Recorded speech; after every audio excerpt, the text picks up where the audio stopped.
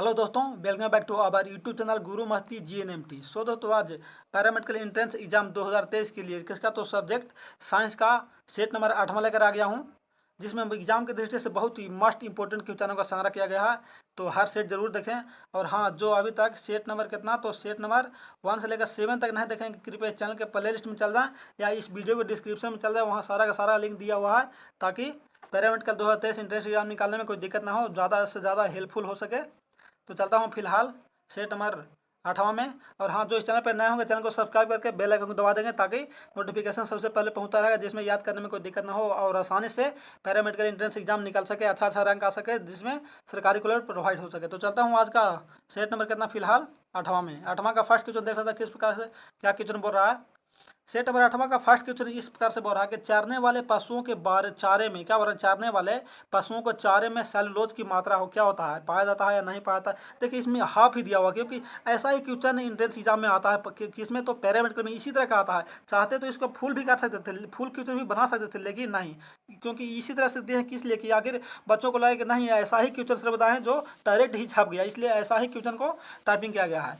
तो बोल रहा है ऑप्शन ए में कि नहीं पच पाता है, बी बोल रहा है थोड़ी मात्रा में पचता है, सी में बोल रहा है पशु द्वारा पचते हैं, एंड डी में क्या बोल रहा है आंत्र के जीवाणु द्वारा पचते हैं। तो इसका राइट आंसर क्या होगा, इसका राइट आंसर ऑप्शन डी था। क्या हो रहा है कि चरने वाले पशुओं को चारे में सेलुलोज की मात्रा में क्या होता है, सेलुलोज आंत्र के जीवाणु के द्वारा पचता है। ठीक है, तो इसलिए इसका राइट आंसर हो गया ऑप्शन डी। ठीक है, चलते हैं अब अगला क्वेश्चन में। अगला क्वेश्चन बोल रहा है कि वह गैस क्या बोल रहा है, वह गैस जो वायुमंडलीय प्रदूषण मानी जाती है, कौन सा ऐसा गैस है जो वायुमंडल के रूप में प्रदूषण के रूप में माना जाता है। ऑप्शन ए में क्या है सल्फर डाइऑक्साइड, बी में है ऑक्सीजन, सी में है ऑक्सीजन ओजोन, एंड डी में क्या हो रहा है नाइट्रोजन। तो इसका राइट आंसर हो जाएगा ऑप्शन ए, अर्थात क्या तो सल्फर डाइऑक्साइड को वायुमंडलीय प्रदूषक के रूप में माना जाता है, इसलिए इसका राइट आंसर ऑप्शन ए हो जाएगा। आगे चलते हैं थर्ड क्वेश्चन में। पर कि इंसुलिन की खोज किसने की थी, थोड़ा सा ब्लर आ गया है, चाहिए कोई दिक्कत ना है, एक आध दो क्वेश्चन ऐसा है, बाकी भी सब साफ है। पर कि इंसुलिन की खोज सबसे पहले किसने की थी, खोज किसने की थी। ऑप्शन ए में है लाइनक ने, बी में बोल रहा है बेटिंग में बेस्ट ने, सी में बोल रहा है जेनर, एंड डी में क्या बोल रहा है बैक्समैन ने। तो इसका राइट आंसर हो जाएगा ऑप्शन बी, अर्थात किसने तो बेटिंग तथा बेस्ट ने इंसुलिन की खोज सबसे पहले की थी। आगे चलते चौथा क्वेश्चन में। चौथा क्वेश्चन बोल रहा कि भारत में विषैले सांपों की कुल प्रतिशत कितना है, जो भारत में विषैला सांप है उसका कुल परसेंट कितना है। ऑप्शन ए में बोल रहा है 35%, बी में बोल रहा है 60%, सी में बोल रहा है 75%, एंड डी में बोल करना है 80%। तो 4 का राइट आंसर हो जाएगा ऑप्शन ए, अर्थात कितना तो 35%। भारत में जो विषैले सांप की कुल प्रतिशत कितना है तो 35% है। आगे चलते हैं पाँचवा क्वेश्चन में। पाँचवा क्वेश्चन क्या बोल रहा है कि अप्लाटॉक्सिन बोल रहा है, अप्लाटॉक्सिन क्या है, थोड़ा सा ऊपर कहते हैं, छोटा कहते हैं, अप्लाटॉक्सिन क्या है। ऑप्शन ए में कवक द्वारा उत्पन्न विष है, बी में बोल रहा है एंटीबायोटिक है, एंड सी में बोल रहा है सांप का विष है, एंड डी में बोल रहा है जीवाणु द्वारा उत्पन्न विष है। तो इसका राइट आंसर हो जाएगा ऑप्शन ए, अर्थात क्या तो कवक द्वारा उत्पन्न विष है। ये जो अप्लाटॉक्सिन है क्या है, कवक द्वारा उत्पन्न होता है, तो एक प्रकार का क्या है बहुत ही विषैला पदार्थ है। आगे चलते हैं। आगे आपका छठा क्वेश्चन बोल रहा है कि हाइड्रोपोनिक्स किससे संबंधित है, कोई किससे संबंधित है हाइड्रोपोनिक्स। ऑप्शन ए में बोल रहा है बिना पानी की खेती से, बी में बोल रहा है बिना खाद की खेती से, सी है बिना मिट्टी की खेती से, एंड डी में बोल रहा है कि बिना बीज की खेती से। क्या बोल रहा है हाइड्रोपोनिक्स। तो इसका राइट आंसर हो जाएगा ऑप्शन सी, अर्थात कि इसके तो बिना मिट्टी की खेती देखे हैं वो किससे संबंधित है, तो ये हाइड्रोपोनिक्स से संबंधित है, इसलिए इसका राइट आंसर हो जाएगा ऑप्शन सी। चलते हैं आगे सातवां क्वेश्चन में। तो आपका सातवां क्वेश्चन इस प्रकार से है, बोल रहा है कि फर्स्ट में क्या बोल रहा है कि सामान्य पुरुष का रक्तदाब होता है, सामान्य पुरुष का रक्तदाब कितना होता है। रक्तदाब मतलब क्या समझे, ब्लड प्रेशर। ब्लड प्रेशर कितना होता है। ऑप्शन ए में है 120/80, बी में है 100/150, एंड सी में है 80/120, और डी में बोल रहा है 120/150। तो इसका राइट आंसर हो जाएगा ऑप्शन ए, अर्थात क्या तो सामान्य पुरुष का रक्तदाब कितना होता है 120/80 होता है। आगे चलते हैं आठवां क्वेश्चन में। आठवां क्वेश्चन इस प्रकार से बोल कर निम्नलिखित में से सही युग्म का कौन सा है, मतलब सही जोड़ा कौन सा है। ऑप्शन ए में मलेरिया एस्पिरिन, बी में बोल रहा है काला जार क्लोरोमाइसिटिन, और सी में बोल रहा क्या AZT एड्स, इस दिया है एड्स दिया है, और इस दिया है AZT, और सी में दिया है फाइलेरिया पेनिसिलिन। तो 8 का राइट आंसर हो जाएगा ऑप्शन सी हो जाता क्या तो AZT, और इस साइड से हो जाएगा एड्स हो जाएगा, इसलिए इसका राइट आंसर ऑप्शन सी हो जाएगा। आगे चलते हैं नौवां क्वेश्चन में। नौवां क्वेश्चन बोल रहा है कि केले में एक विशेष पुष्पक्रम होता है, केला में एक विशेष पुष्पक्रम होता है, उसे क्या बोला जाता है। ऑप्शन ए में अपेंडिक्स, बी में बोल रहा है हाइपोथोडियम, एंड सी में बोल रहा है कोरिम्ब, एंड डी में बोल रहा है पेनिकिल। तो इसका राइट आंसर हो जाएगा ऑप्शन ए, अर्थात किसको क्या, तो अपेंडिक्स। केला में एक विशेष पुष्प क्रम पाया था, उससे बोला था अपेंडिक्स बोला जाता है। आगे चलते हैं 10वां क्वेश्चन में। बोला कि मॉर्निंग ग्लोरी किस पौधे का नाम है। मॉर्निंग ग्लोरी किस पौधे का अन्य नाम है, मतलब उसका पर्यायवाची शब्द बोला जा सकता है। ऑप्शन ए में चंदन का, बी में बोला यूफोरबिया का, सी में बोला है ट्राइडेक्स का, एंड डी में बोला का इपोमिया परप्यूरिया का। तो 10 का राइट आंसर हो जाएगा ऑप्शन डी, अर्थात किसका, तो इपोमिया परप्यूरिया का दूसरा नाम क्या है, मतलब पर्यायवाची नाम क्या है, मॉर्निंग ग्लोरी के नाम से जाना जाता है। आगे चलते हैं 11वां क्वेश्चन में।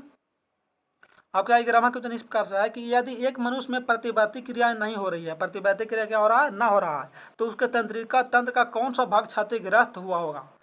आखिर कौन सा क्या बोल रहा है, तंत्रिका का कौन सा ग्रस्त हुआ जिसके कारण उसका प्रतिवर्ती क्रिया ना हो रहा है। तो इसका ऑप्शन ए में दिया है परामस्तिष्क, बी में दिया है अनुमस्तिष्क, सी में दिया है मेरुजू, एंड डी में बोल रहा है मड्यूला ऑब्लोगेंटा।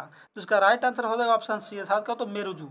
क्या होता है, मेरुजू उसका क्षतिग्रस्त हो गया है, जिसके कारण वो काम सही से नहीं कर पा रहा, कार्य सही से नहीं कर पा रहा, प्रतिवर्ती क्रिया। आज जैसे 12वां क्वेश्चन बोल रहा कि ट्रांसफार्मर का प्रयोग होता है, ट्रांसफार्मर का प्रयोग किस रूप में होता है, किसके लिए होता है।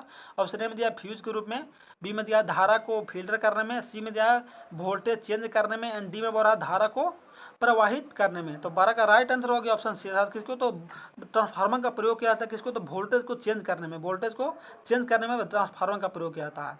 आगे बढ़ो 13वां, नाइट्रोजन यौगीकरण को क्या बोलते हैं, फिक्सेशन का अर्थ है। नाइट्रोजन यौगीकरण का अर्थ क्या है। ऑप्शन ए में है नाइट्रोजन का ध्रुवीकरण, बी में बोल रहा है वायुमंडलीय नाइट्रोजन का जरूरी यौगिकों में परिवर्तन, सी में बोल रहा है नाइट्रोजन व एमिनो में परिवर्तन, डी में बोल रहा है वायुमंडल की नाइट्रोजन का पिंडन। तो 13 का राइट आंसर हो जाएगा ऑप्शन बी, अर्थात क्या हो जाएगा, तो वायुमंडलीय नाइट्रोजन का जरूरी यौगिकों में परिवर्तन। फिक्सेशन का अर्थ होता है वायुमंडल नाइट्रोजन का जरूरी यौगिकों में परिवर्तन करना। आगे चलते हैं 14वां क्वेश्चन में। 14वां क्वेश्चन बोल रहा है कि जंतु चारकोल प्राप्त होता है। जंतु चारकोल किससे प्राप्त होता है। ऑप्शन ए में दिया है हड्डियों के भांजक आसवन से, बी में दिया है वायु के संपर्क में जंतुओं की हड्डियों के जलने से, सी में है जंतुओं के मांस के जलने से, एंड डी में क्या बोल रहा है कि वायु के अनुपस्थिति में जंतुओं की हड्डी जलने से, वायु के क्या बोल रहा है अनुपस्थिति में। तो इसका राइट आंसर ऑप्शन डी ही होता है, अर्थात किसको, तो वायु की अनुपस्थिति में ही चारकोल का प्राप्त होता है, इसलिए इसका राइट आंसर हो जाएगा ऑप्शन डी हो जाएगा। तो यहाँ क्या बोल रहा था, जंतु चारकोल पूछ रहा था, इसलिए यहाँ वायु की अनुपस्थिति में जंतु के हड्डी के जलने से प्राप्त होता है। आगे चलते 15वां क्वेश्चन में। 15वां क्वेश्चन थोड़ा न्यूमेरिकल बोल रहा है कि कोई बल किसी 10 केजी वस्तु में 15 मीटर पर सेकंड स्क्वायर का त्वरण उत्पन्न करता है, तो लगाए गए बल की गणना करें। मतलब बल पूछ रहा है, तो ये 10 केजी क्या दिया हुआ है, तो ये एम दिया हुआ, मतलब मास दिया हुआ कितना, तो 10 केजी यहाँ लिख देते हैं। और ए दिया हुआ, ये क्या दिया हुआ, त्वरण। तो एक त्वरण को किससे सूचित करते हैं, तो ए से। ए मतलब क्या होता है, एक्सेलरेशन। कितना हो गया, तो 15 मीटर पर सेकंड स्क्वायर हो गया। अब क्या हो रहा है, एफ पूछ रहा है, बल मतलब पूछ रहा है, तो ए बराबर आप लोग जानते हो कि ए बराबर क्या होता है, तो ए में होता है, मतलब मास गुना एक्सेलरेशन होता है द्रव्यमान गुना का त्वरण। तो एम कितना दिया हुआ है, तो 10 केजी। तो 10 इंटू कितना कर देंगे, ए दिया हुआ एक्सेलरेशन का दिया, तो 15 दिया हुआ है, तो 10 इंटू 15 कितना होगा, अर्थात क्या होगा कितना, तो 150। तो 150 क्या में आ गया, तो ये आ गया न्यूटन में, इसलिए इसको ऑप्शन में कौन ऑप्शन दिया हुआ है, तो इसका राइट आंसर हो जाएगा ऑप्शन सी, अर्थात किसमें, तो 150 न्यूटन हो जाएगा। 10 केजी के वस्तु में 15 मीटर सेकंड स्क्वायर का त्वरण उत्पन्न करने पर लगाए गए बल की गणना होगा कितना, तो 150 न्यूटन हो जाएगा। आगे चलते हैं 16वां क्वेश्चन में। 16वां क्वेश्चन बोल रहा है, और थोड़ा छोटा कहते हैं। 16वां क्वेश्चन इस प्रकार से बोल रहा है कि सूची 1 को सूची 2 के साथ सुमेलित करना है। ऑप्शन सूची 1 में दिया गया, और ये ऑप्शन सूची बी में दिया हुआ है। ए में दिया हीरा, साइड में दिया है कैल्शियम, बी में दिया संगमरमर, सी साइड में दिया सिलिकॉन, और सी में दिया रेत, एंड इसके साइड में दिया क्या, एल्यूमिनियम। तो इसको देख लेते हैं, इसका राइट आंसर क्या होगा। 16 का राइट आंसर हो गया ऑप्शन बी हो जाता। क्या, देखिए इसमें 4 को ऑप्शन दिया हुआ है, देख लेते हैं। सेकंड के पहले मिलाते हैं, सेकंड का बी का क्या होगा, बी का फर्स्ट हो जाएगा, यहाँ हो जाएगा। और सी का क्या हो जाएगा, तो सी का हो जाएगा कितना, सी का 2 हो जाएगा। बाकी देखिए यहाँ डी तक दिया हुआ है, लेकिन यहाँ 1 2 ए बी सी ही लिखा, 1 2 3 ही लिखा हुआ, इसमें कुछ मिस प्रिंटिंग हुआ है। क्या मिस प्रिंटिंग हुआ है, इसलिए क्षमा चाहते हैं। चलते हैं अगला क्वेश्चन में, ये क्वेश्चन मिस प्रिंटिंग थोड़ा सा हो गया है। आगे चलते हैं 17वां क्वेश्चन बोल रहा है इस प्रकार से कि निम्नलिखित में से कौन रासायनिक परिवर्तन प्रस्तुत करता है। रासायनिक परिवर्तन प्रस्तुत कौन सा करता है। ऑप्शन ए में दिया है पारदिक या मरकरी, पर्दे को क्या बोलता है, मरकरी ऑक्साइड की उष्णता, बी में दिया है आयोडीन का उदासीकरण, सी में दिया है एल्कोहल का बाष्पीकरण, एंड डी में दिया है प्लेटिनम तार की उष्णता, तो इसका राइट आंसर हो जाएगा ऑप्शन ए हो जाएगा। किसको? तो मरकरी ऑक्साइड की उष्णता। यह कि ये क्या होता है? तो रासायनिक परिवर्तन प्रस्तुत करता है, मरकरी ऑक्साइड की उष्णता करता है। आगे चलते हैं 18वें क्वेश्चन बोलता है पूरा कि क्या बोल रहा है? हड्डी खाद के रूप में प्रयुक्त की जाती है क्योंकि इसमें पौधा तत्व उपलब्ध है। कौन सा तत्व उपलब्ध है? ऑप्शन ए में है नाइट्रोजन, बी में है फास्फोरस, सी में है सोडियम एंड डी में क्या बोल रहा है? पोटेशियम। तो इसका राइट आंसर हो जाएगा ऑप्शन बी अर्थात क्यों? तो फास्फोरस हड्डी को खाद के रूप में प्रयुक्त किया जाता है। तो किसके लिए प्रयोग किया जाता है? उसमें क्या पाया जाता है? तो उसमें फास्फोरस की मात्रा पाई जाती है, जिसलिए हड्डी को खाद के रूप में प्रयुक्त किया जाता है। लेकिन अब तो ऐसा नहीं होता, अब कार्बनिक पदार्थ से ही बनता है, पहले ही सब यूज किया जाता था, लेकिन अभी भी शुद्ध करने के लिए हड्डी का प्रयोग किया जाता है। आगे तक 19वां क्वेश्चन में निम्नलिखित युग में कौन सा साधारण टॉर्च सेल के टर्मिनल को बनाता है? मतलब कौन सा ऐसा जोड़ा इसमें दिया हुआ है कि टॉर्च सेल कोई टर्मिनलों को बनाता है? ऑप्शन ए में दिया जिंक के साथ दिया कार्बन, बी में दिया कॉपर के साथ जिंक, सी है जिंक के साथ कैडमियम एंड डी में बोल रहा है कार्बन के साथ कॉपर। तो इसका राइट आंसर हो जाएगा ऑप्शन ए अर्थात क्या? तो जिंक के साथ कार्बन अगर मिल जाता है तो साधारण टॉर्च सेल के टर्मिनल वो उत्पन्न कर देता है, इसलिए इसका राइट आंसर ऑप्शन ए हो जाएगा। आगे चलते हैं 20वां क्वेश्चन में पूरा निम्नलिखित में कौन सा सही है? 4 को ऑप्शन दिया है, इसमें से कौन सा ऑप्शन सही दिया गया है? बोरा फर्स्ट ऑप्शन में बोल रहा है कि बोडो मिक्सर कॉपर सल्फेट और कैल्शियम हाइड्रोक्साइड का जल में मिश्रण और इसे फंफूदनाशी के रूप में प्रयोग में लाते हैं। ये ऑप्शन ए में हो गया। ऑप्शन बी में बोल रहा है कि बोरिक अम्ल औषधि उद्योग तथा खाद्य परीक्षण के रूप में प्रयुक्त किया जाता है। सी में बोल रहा है कि शुष्क बर्फ पर ठोस कार्बन डाइऑक्साइड होता है। डी में बोल रहा है हंसाने वाली गैस नाइट्रस ऑक्साइड है।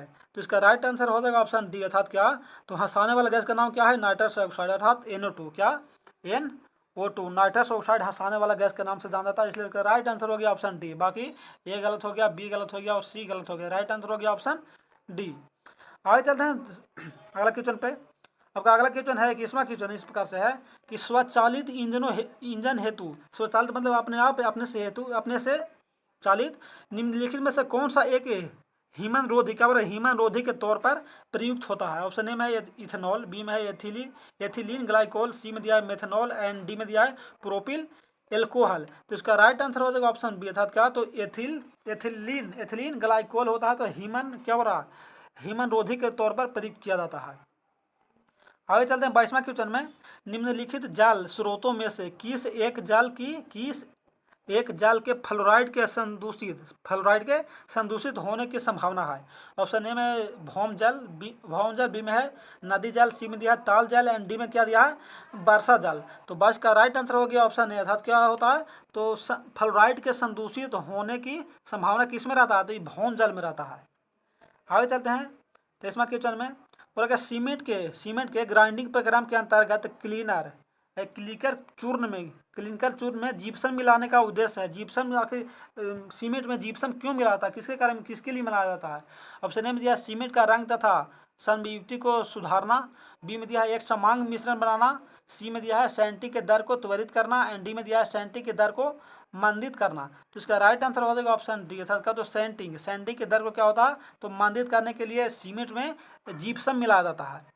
आगे चलते हैं 24वां क्वेश्चन में।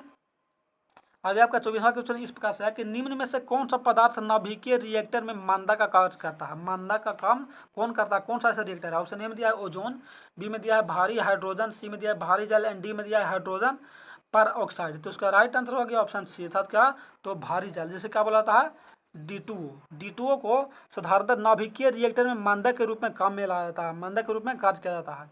आगे चलते हैं 25वां क्वेश्चन में और इस सेट का लास्ट क्वेश्चन में, क्योंकि हर सेट 25-25 का क्वेश्चन का ही संग्रह किया गया है। ऑप्शन ए में क्वेश्चन बोला 25वां का कास्ट स्पिरिट क्या होती है? कास्ट स्पिरिट क्या होती है? ऑप्शन ए में दिया मेथिल एल्कोहल, बी में दिया एथिल एल्कोहल, सी में है ब्यूटिल एल्कोहल एंड डी में बोला प्रोपिल एल्कोहल। तो इसका राइट आंसर हो गया ऑप्शन ए अर्थात क्या?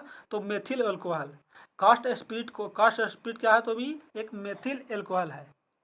आगे चलते हैं, आगे नहीं है बस इस सेट में ही। अगर सेट अच्छा लगा हो तो लाइक एंड सब्सक्राइब करना ना भूलें। फिर मिलते हैं अगले क्लास के सेट में, तब तक के लिए जय हिंद।